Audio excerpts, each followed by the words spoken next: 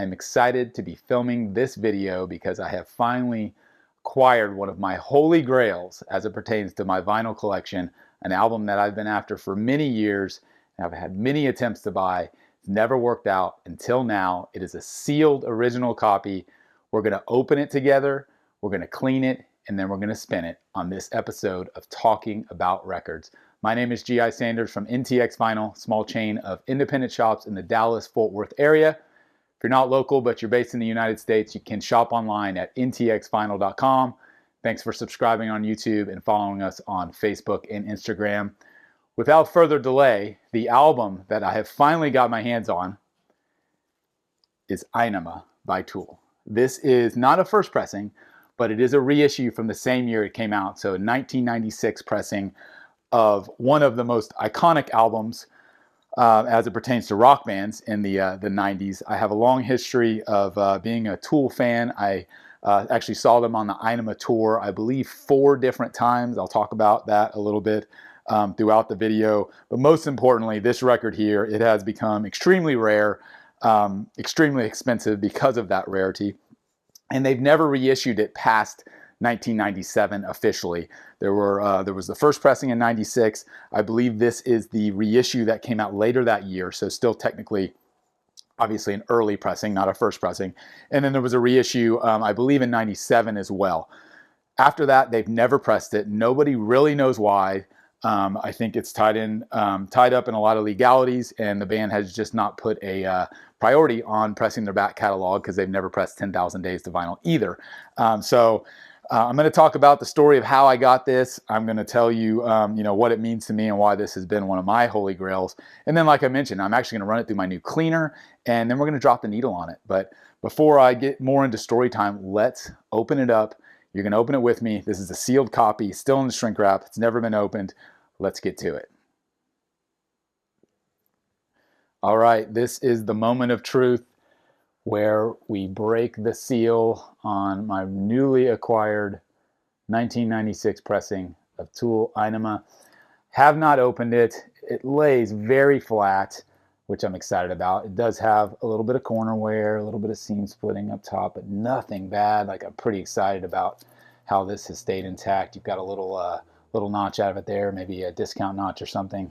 Sure wish I could have gotten the discount price on it, but so here you go. Typically, I would try and keep this shrink wrap on, to be honest with you, because I love this sticker here. I'll probably save it, but because this is a gatefold, I want to actually open this up. I don't want to keep it in the shrink because I want to be able to display it in its full glory. So I'm actually just going to take the shrink completely off of this thing. A lot of people would tell me, you're crazy, keep it sealed, keep the shrink on.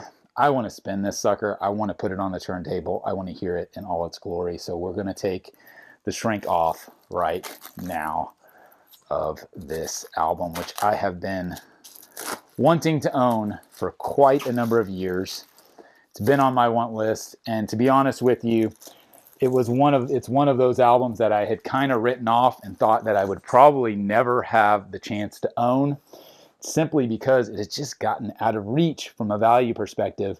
And that a lot of that has to do with the fact that the band has never repressed it, as I mentioned. So there's the gatefold. Let's get in to the LPs themselves. You have got inner sleeves with the great Bill Hicks. You've got the iconic purple guy there from videos. Let's take a look at the albums themselves. All right, there's the label. We've got a little bit of little dust on there, little paper fragments. Not abnormal. Looks super clean though. Can't wait to get it in my cleaner and clean it up. So there's LP 1 of Tool Anima. Let's check out the second LP now. So now you've got the double eyeball artwork, and then you've got the film strip on the back side from the recording sessions. Let's get LP2 out and take a look. There it is. Really, really amazing that I own this. I'm going to get it right into my cleaner, as I mentioned, clean it up, and then we're actually going to drop the needle on it, and I'll spin a little bit. I'm so excited to hear it. Get in here and you can actually see the copyright if I can get in that close. There you go. 1996 Volcano Entertainment. I will say, I mentioned the different pressings, and one of the identifiers on the pressings is right down here. There's a couple different logos on the first pressing. I believe there's a BMG logo in addition to the Zoo logo. That's really the only difference, and that's how I was able to determine which one this was without even opening up the record. So either way, I'm super excited to get it. I got this from a really great person, honestly, who wanted to make my day, make my year, and they have, and I'm very grateful for that. I traded for it, actually, which was amazing. I didn't have to shell out a boatload of cash, but I did shell out a boatload of records, but that's okay, because this one was very high on my list, and I can't thank the person enough. He knows who he is. He's probably going to watch this, and I'm glad I'm doing this album justice and doing a video just for this album, even if it's just for me. So let's get it over to the cleaner. I'm going to get that done, and then we're going to drop the needle on it. And while that's happening, I'll talk a little bit more about Inema, and again, why this album is so important to me, and why it warrants doing an entire video just on this one particular record. So let's go clean this baby.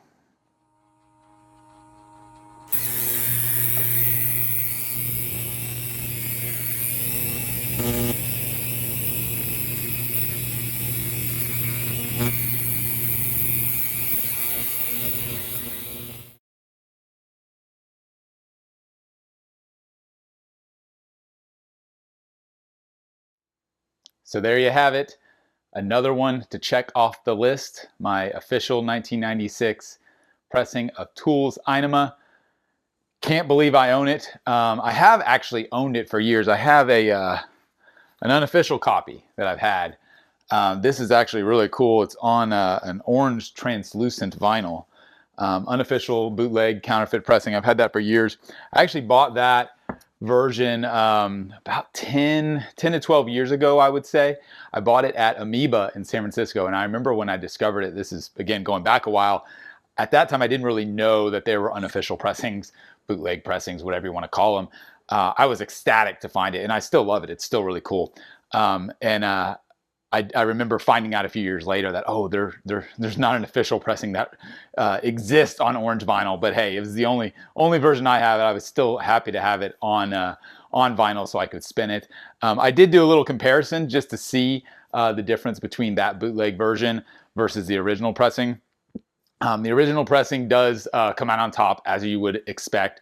A lot more low end, a lot more clarity and separation. Like, those are kind of the main things that I heard from a quick comparison. I just kind of played that first song, Stink Fist, back to back a couple times, just to kind of see to my ears. I'm not an audiophile, but I can still tell the difference when it comes to clarity coming out of my system, because I'm used to hearing it. But again, I'm just super excited. It's such an important album for me.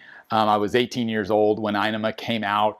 I had just joined a band. I was just starting to really get into heavy music for the first time. Like, I'd been into Zeppelin and Sabbath and those types of things, and started, the early 90s rock scene. But Tool was really one of those, and especially this album that hit was really, for me, for my ears at that time, the most progressive thing I had heard. And it's still impactful to this day. I think I mentioned, I saw the band multiple times on the Inema tour. They came through Texas a number of times. I saw them at the Bronco Bowl in Dallas, a venue that's no longer around. Then they came back through, and I saw them in San Antonio, or Live Oak, which was like a glorified gym. I think it was just an empty shell of a building. And I also saw them in Austin the next night after that at Austin Music Hall, or maybe those were reversed. I can't remember the order. It was Austin and San Antonio back to back. Then they came back through Lollapalooza, I believe 97, and headlined at the amphitheater here in Dallas, and that was an amazing show. You had Snoop Dogg on right before them, or a couple bands before them, and then Tool headlining, and it was just an amazing set, and an amazing year, and amazing time in music. So that's, I think, the most important thing to me when I find an album like this that dates back to that time period when I was 18 and I was so impressionable in discovering music for the first time. So it just makes a big difference to actually own that original, because it's not only about the sound to me, it's not only about the rarity or the collectability or the value. It's really about going back into time and place and just remembering this album for exactly when it came out, and that's what it's all about for me. So again, a special thanks to a good friend who made the swap and who put this in my collection. I can't thank him enough for making me a very happy camper this week. I will be back hopefully soon, sharing more Grails that I've checked off my list, but I don't think any of them will top this one, not anytime soon at least. So thanks again for watching. My name's G.I. Sanders. This has been Talking About Records. We will see you again next time. I'll pop some other videos up here, so stick around the channel. Really appreciate all the support, and we'll see you again next time.